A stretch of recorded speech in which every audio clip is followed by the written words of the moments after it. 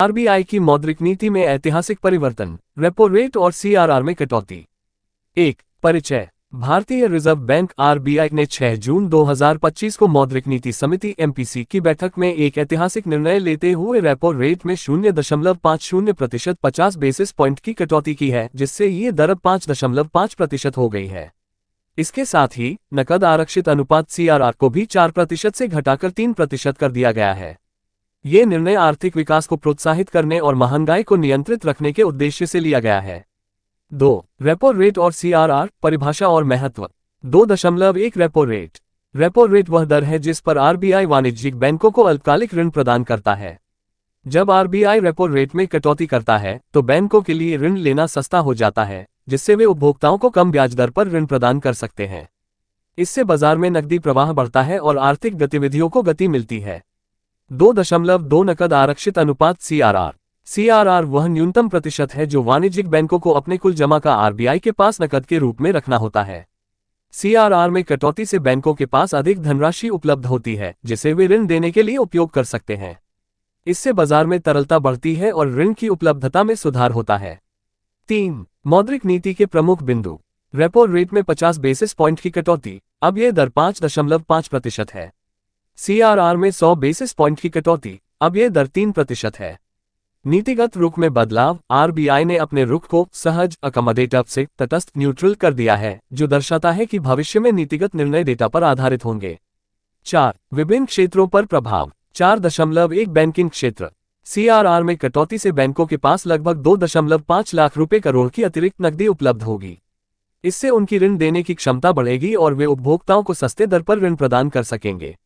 हालांकि ब्याज दरों में कटौती से बैंकों के नेट इंटरेस्ट मार्जिन (NIM) पर दबाव पड़ सकता है, लेकिन बढ़ी हुई ऋण गतिविधियों से यह प्रभाव संतुलित हो सकता है। 4.2 आवास क्षेत्र।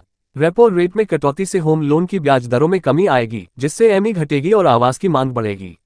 उदाहरण के लिए 50 लाख रुपए के होम लोन पर 20 वर्षों के लिए 8.5% ब्याज दर पर एमई लगभग 43,391 रुपए से घटकर 40,280 रुपए हो जाएगी, जिससे मासिक बचत 3,111 रुपए होगी।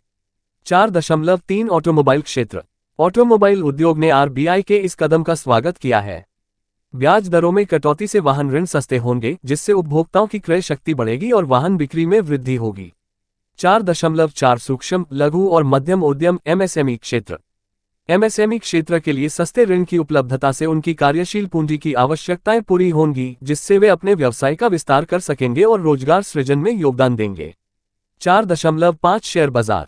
आरबीआई के इस निर्णय से शेयर बाजार में सकारात्मक प्रतिक्रिया देखी गई। निफ्टी 50 और बीएसई सेंसेक्स में क्रमशः 0.94% और 0.9% की वृद्धि हुई। विशेष रूप से रियल्टी, ऑटो और फाइनेंशियल सेक्टर में तेजी देखी गई। 5. उपभोक्ताओं पर प्रभाव। 5.1 एमई में कमी। ब्याज दरों में कटौती से होम, पर्सनल और ऑटो लोन की एमई में कमी आएगी, जिससे उपभोक्ताओं की मासिक वित्तीय बोझ कम होगा और उनकी खर्च करने की क्षमता बढ़ेगी। 5.2 ऋण की उपलब्धता में सुधार। सीआरआर में कटौती से बैंकों के पास अधिक नकदी होगी, जिससे वे अधिक ऋण प्रदान कर सकेंगे। इससे उपभोक्ताओं को ऋण प्राप्त करना आसान होगा। 6. अर्थव्यवस्था पर समग्र प्रभाव। आरबीआई के इस निर्णय से आर्थिक विकास को गति मिलेगी। महंगाई दर के नियंत्रण में रहने और जीडीपी ग्रोथ में सुस्ती को देखते हुए ये कदम आर्थिक गतिविधियों को प्रोत्साहित करेगा और निवेश को बढ़ावा देगा। 7. संभावित चुनौतियां। बैंकों के लाभ पर दबाव। ब्याज दरों में कटौती से बैंकों के NIM पर दबाव पड़ सकता है। नीति संचरण में देरी। सभी बैंक तुरंत ब्याज दरों में कटौती का लाभ उपभोक्ताओं को नहीं देते, जिससे नीति का पूर्ण प्रभाव देर से महसूस होता है। 8. निष्कर्ष। आरबीआई का ये निर्णय आर्थिक विकास को प्रोत्साहित करने और महंगाई को नियंत्रित रखने की दिशा में एक संतुलित कदम है। इससे विभिन्न क्षेत्रों में सकारात्मक प्रभाव पड़ेगा और उपभोक्ताओं को राहत मिलेगी।